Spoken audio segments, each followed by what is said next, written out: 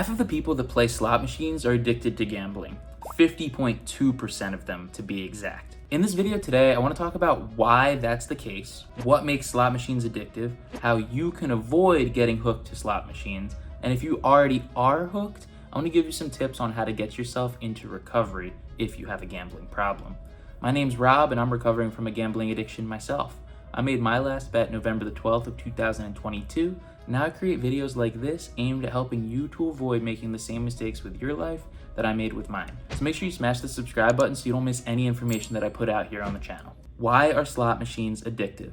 Let's talk about the basic concept that underlies slot machine play, which is the near miss fallacy. In really basic terms, it's an illusion of control that keeps players coming back for more. But it's a cognitive distortion that occurs when a player almost experiences a win.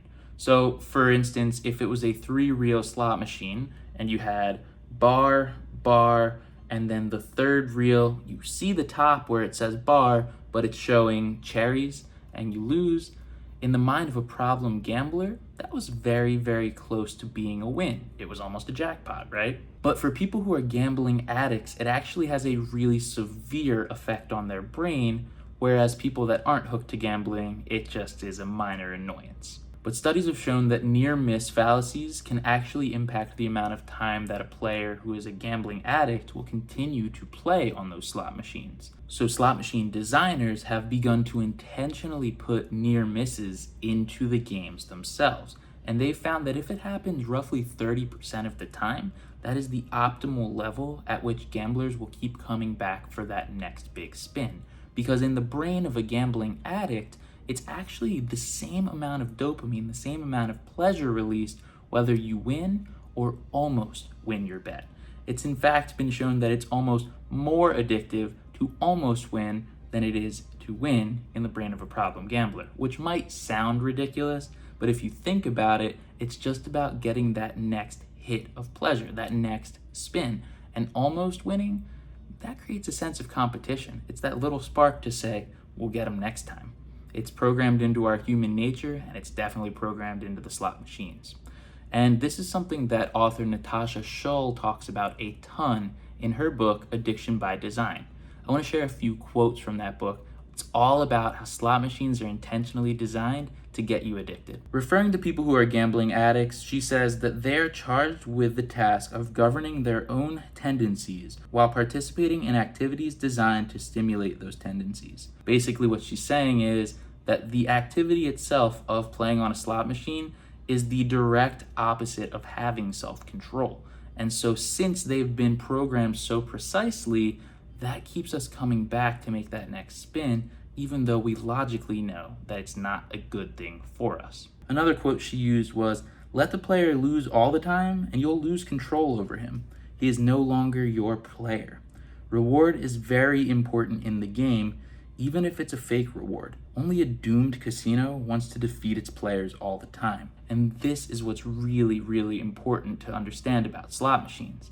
They want you to experience little wins along the way to keep you coming back for more, but also have those wins be incredibly unpredictable. This goes back to a study that was done by Ivan Pavlov, where he found that intermittently rewarding a group of dogs for performing certain actions was actually more effective on their behavior than rewarding them all the time, or of course never rewarding them at all. So to give you that in basic English, if a slot machine always let you win or it always made you lose, you wouldn't get addicted to it. You'd get bored of it. You'd become numb to it. But because of the fact that a slot machine is a surprise of whether you'll win a little bit or lose, that keeps you coming back for that next hit. The randomness creates a sense of pleasure, and in the brain of someone who's a gambling addict or a problem gambler, we want that hit. That is our high, so to speak. And now, the reason that it's particularly dangerous that slot machines are so addictive is because of how many there are and how popular they are. Remembering that over half of the people who gamble on slot machines are problem gamblers or gambling addicts, let's see the sheer power of these numbers. Slot machines account for over half of casino revenue regularly, with some reports of it being upwards of 70% of casino profits.